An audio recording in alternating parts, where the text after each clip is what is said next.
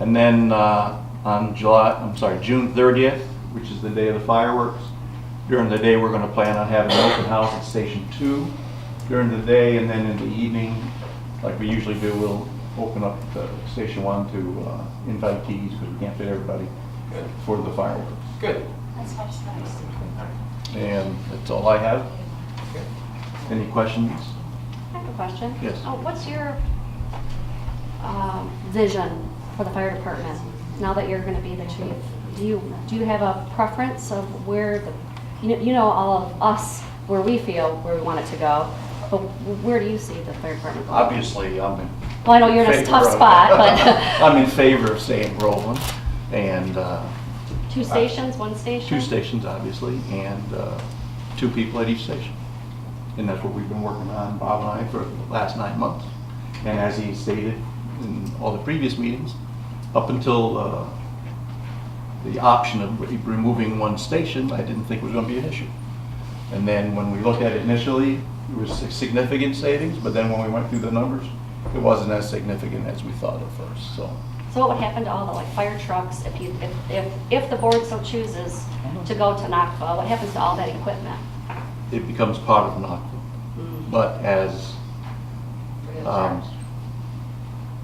so it falls under their authority. But let's say if the board decided a year later that they don't want to be part of Knoxville anymore, most of that equipment would come back to us. It depends on, let's say, if something was bought part of as the authority for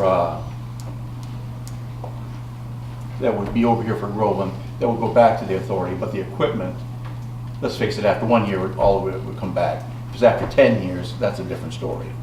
So it's, You may want to hold off on fixing the brush truck. Yeah. that's why we waited till now.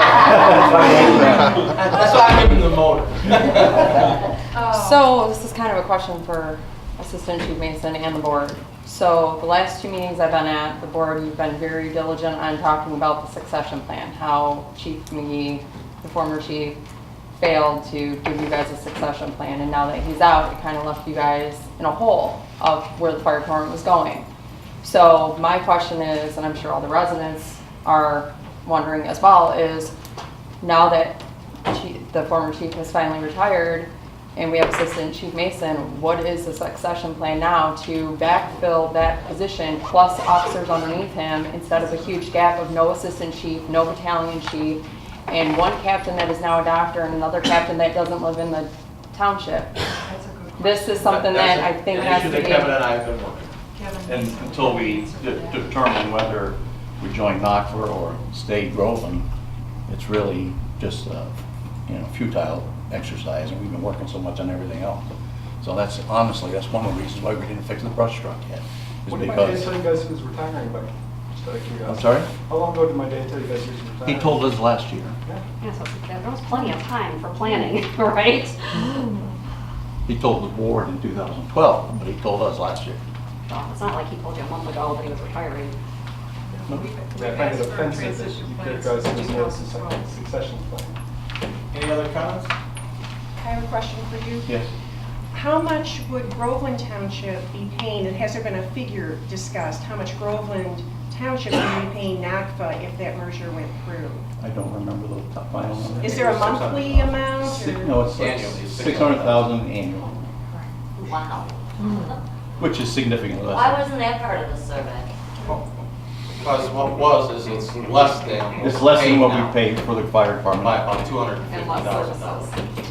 Exactly. Get what you pay for. All right, that's it. Any other questions? Okay, we're done. Motion. Is there a second? All in favor? Aye. Okay, we're done. Thank you. If anyone would